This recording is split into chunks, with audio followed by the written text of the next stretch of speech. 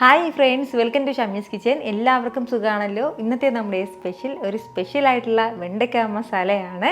ചപ്പാത്തി, ചോറ്, അപ്പം, ഇഡ്ഡലി, ദോശ അങ്ങനെ എന്തിൻ്റെ കൂടെ സൂപ്പറായിട്ട് നമുക്കിത് സൈഡായിട്ട് എടുക്കാൻ പറ്റുന്നതാണ്.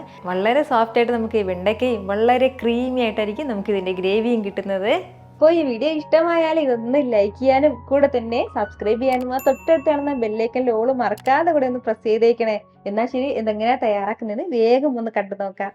നമ്മുടെ ഈ വെണ്ടയ്ക്ക മസാല തയ്യാറാക്കി എടുക്കാനായിട്ട് ആദ്യം നമുക്ക് വേണ്ടത് കുറച്ച് വെണ്ടയ്ക്ക ഞാനിപ്പോൾ എടുത്തിട്ടുണ്ട്. ഇളം വെണ്ടയ്ക്ക നോക്കി എടുക്കണം, നല്ല മുറ്റിയ വെണ്ടയ്ക്ക നോക്കി എടുക്കരുത്. അതായത് നല്ല കട്ടിയായിട്ടുള്ള ഹാർഡായിട്ടുള്ള വെണ്ടയ്ക്ക എടുക്കരുത് കേട്ടോ. അപ്പോൾ അത് ആ വെണ്ടയ്ക്ക വെച്ചിട്ട് നമ്മൾ എന്ത് കറി വെക്കുകയാണെങ്കിലും തോരൻ വെക്കുകയാണെന്നുണ്ടെങ്കിലും ആ ഒരു കറക്റ്റ് ടേസ്റ്റ് നമുക്ക് കിട്ടത്തില്ല.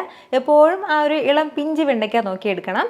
ഞാനിപ്പോൾ ഒരു 350 ഗ്രാം അളവിലാണ് വെണ്ടയ്ക്ക എടുത്തിട്ടുള്ളത്. എന്നിട്ട് ഇതുപോലെ ഒരു നീളം സൈസിൽ ഒന്ന് കട്ട് ചെയ്ത് എടുത്തിട്ടുണ്ട്. ഒരുപാട് തീരെ ചെറിയ പീസാവണ്ട, തീരെ വലിയ പീസായിട്ട് അരിയേണ്ട ആവശ്യമായിട്ടില്ല. ഇനി വേണ്ടത് ഒരു കടായി നമുക്കൊന്ന് അടുപ്പത്തേക്ക് വെക്കാം. അതൊന്ന് ചൂടായി വരുമ്പോഴത്തേക്കും ഇതിലേക്ക് നമുക്ക് 1.5 ടേബിൾ സ്പൂൺ വെളിച്ചെണ്ണ ചേർക്കാവുന്നതാണ്. എണ്ണ ഒന്ന് ചൂടായി വരുമ്പോഴത്തേക്കും 1/2 ടീസ്പൂൺ കടുക് ചേർക്കാവുന്നതാണ്. കൂടെ തന്നെ ഒരു 1/4 ടീസ്പൂൺ ചെറിയ ജീരകം കൂടി. നമ്മുടെ കടുകെല്ലാം ഒന്ന് പൊട്ടി തുടങ്ങുമ്പോഴത്തേക്കും പിന്നെ ഇതിലേക്ക് വേണ്ടത് 2 സവാളയാണ്. മീഡിയം സൈസ് സവാളയിൽ 2 എടുത്തിട്ടുണ്ട്. അത്യാവശ്യം വലിയ പീസാക്കിയിട്ടാണ് ഒന്ന് അരിഞ്ഞെടുത്തിട്ടുള്ളത്. സവാള ചേർത്തിട്ട് നല്ലതുപോലെ ആദ്യം ഒന്ന് വഴറ്റി കൊടുക്കാം. 1-2 മിനിറ്റ് ഒന്ന് വഴറ്റിയെടുത്താൽ മതിയാവും. അപ്പോഴത്തേക്കും നമ്മുടെ ഈ സവാളയുടെ ഇതളുകളൊക്കെ ഇതുപോലെ ഒന്ന് മാറി തുടങ്ങും. നമ്മൾ തയ്യാറാക്കുന്ന ഈ ഒരു വെണ്ടയ്ക്ക മസാലയ്ക്ക് എപ്പോഴും സവാള ഒരല്പം വലിയ പീസാക്കിയിട്ട് ഒന്ന് അരിഞ്ഞ് ചേർക്കാൻ വേണ്ടി പ്രത്യേകം ശ്രദ്ധിച്ചിരിക്കണം. ഏകദേശം 1-2 മിനിറ്റോളം മാത്രം ഞാൻ സവാള ഒന്ന് വഴറ്റി കൊടുത്തിട്ടുണ്ട്. ഇതുപോലെ അതിൻ്റെ ഇതളുകളൊക്കെ ഒന്ന് മാറി കിട്ടിക്കഴിഞ്ഞാൽ പിന്നെ ഇനി നമുക്കിതിലേക്ക് വെണ്ടയ്ക്ക ചേർക്കാവുന്നതാണ്.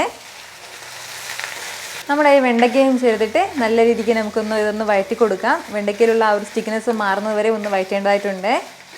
ഫ്ലെയിം എല്ലാ സമയത്തും മീഡിയത്തിൽ തന്നെ വെച്ചിരിക്കാവുന്നതാണ് കേട്ടോ, ഹൈ ഫ്ലെയിമിൽ വെക്കണ്ട. ഒരല്പസമയം ഒന്ന് വഴറ്റി കൊടുത്തപ്പോഴത്തേക്ക് നമ്മുടെ വെണ്ടയ്ക്കയിലുണ്ടായിരുന്ന ആ ഒരു സ്റ്റിക്നെസ് ഒക്കെ ഒന്ന് മാറി കിട്ടിയിട്ടുണ്ട്. അതുപോലെ തന്നെ പകുതിയോളം അളവിൽ നമ്മുടെ വെണ്ടയ്ക്ക ഒന്ന് സോഫ്റ്റായി കിട്ടിയിട്ടുണ്ട്.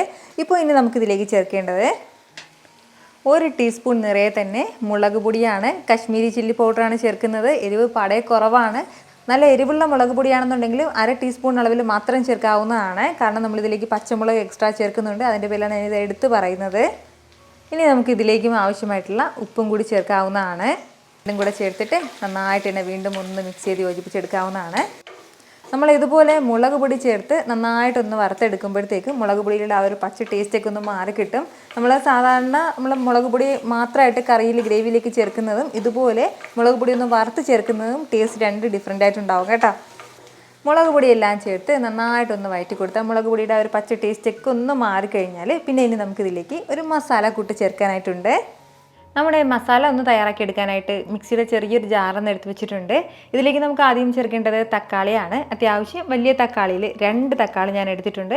തക്കാളി എടുക്കുമ്പോൾ പ്രത്യേകം ശ്രദ്ധിക്കേണ്ടത് അധികം പുളിയില്ലാത്ത തക്കാളി നോക്കി എടുക്കണം.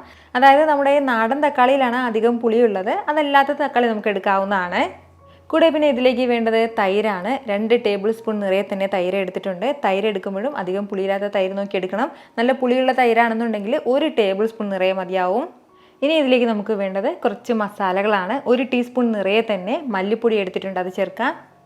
1/2 ടീസ്പൂൺ പെരിഞ്ജീരകം പൊടിച്ചത്, 1/2 ടീസ്പൂൺ അളവിൽ മഞ്ഞൾപ്പൊടി. ഇനി ഇതിലേക്ക് നമുക്ക് വേണ്ടത് ഗരം മസാല പൊടിച്ചതാണ്. ഒരു 1/4 ടീസ്പൂൺ അളവിലാണ് കേട്ടോ ചേർക്കുന്നത്.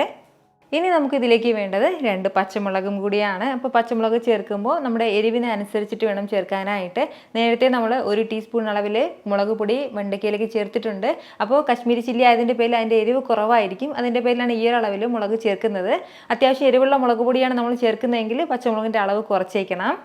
ഇനി വേണ്ടത് നമുക്ക് ഒരല്പം മല്ലിയിലയും കൂടിയാണ്. അപ്പോൾ മല്ലിയിലയും ചേർത്തിട്ട് നല്ല സ്മൂത്തായിട്ട് തന്നെ നമുക്കിതൊന്ന് അരച്ചെടുക്കാവുന്നതാണ്. വെള്ളം ഒന്നും ചേർക്കേണ്ട ആവശ്യമില്ല. തക്കാളിയുടെയും തൈരിൻ്റെയൊക്കെ ആ ഒരു വെള്ളം തന്നെ ധാരാളം മതിയാവും.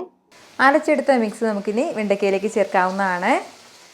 കൂടെ തന്നെ മിക്സിയുടെ ജാറിലേക്ക് 1 കപ്പോളം വെള്ളം കൂടി ചേർത്തിട്ട് അതും കൂടി ഇതെല്ലാം കൂടി നല്ല രീതിക്കൊന്ന് യോജിപ്പിച്ചെടുക്കാം. ഇതുപോലെ നന്നായിട്ടൊന്ന് മിക്സ് ചെയ്തെടുത്തിട്ട് ഇനി നമുക്കിതൊരു 5 മുതൽ 7 മിനിറ്റ് വരെ ഇതൊന്ന് അടച്ചു വെച്ച് നമുക്കൊന്ന് വേവിച്ചെടുക്കാവുന്നതാണ്. അത്രയും സമയം കൊണ്ട് ഈ ഗ്രേവി ഏകദേശം ഒന്ന് വറ്റിയിട്ടുണ്ടാവും. അതുപോലെ തന്നെ ഈ ഗ്രേവിയിലുള്ള ആ മസാല കംപ്ലീറ്റ് ആയിട്ട് നമ്മുടെ വെണ്ടയ്ക്കയിൽ പിടിച്ചിട്ടുണ്ടാവും. വെണ്ടയ്ക്കൊക്കെ നല്ലതുപോലെ സോഫ്റ്റ് ആയിട്ട് വെന്തിട്ടുണ്ടാവും കേട്ടോ. എന്നാൽ ശരി, ഞാനിതൊരു 5 മുതൽ 7 മിനിറ്റ് വരെ വെക്കുകയാണ്. ഇടയ്ക്ക് 2-3 തവണ ഒന്ന് ഇളക്കി കൊടുക്കാൻ വേണ്ടി ആരും മറക്കരുത്.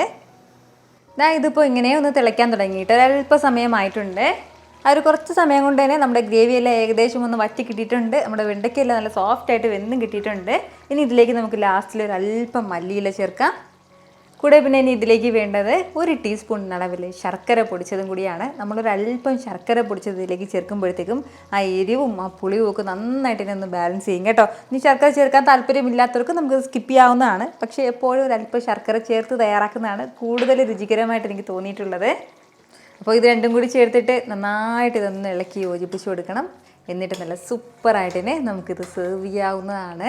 ഞാൻ പറഞ്ഞതുപോലെ വളരെ ക്രീമി ആയിട്ടാണ് കേട്ടോ നമുക്കിതിൻ്റെ ഗ്രേവി കിട്ടുന്നത്. അതുപോലെ തന്നെ വളരെ സോഫ്റ്റ് ആയിട്ടാണ് നമ്മുടെ വെണ്ടയ്ക്കയും കിട്ടുന്നത്. ഇത് എന്തിൻ്റെ കൂടെയും സൂപ്പർ കോമ്പിനേഷനാണ്. ചോറ്, ചപ്പാത്തി, അപ്പം അങ്ങനെ എന്ത് വേണമെങ്കിലും നമുക്കിത് സൈഡായിട്ട് എടുക്കാവുന്നതാണ്.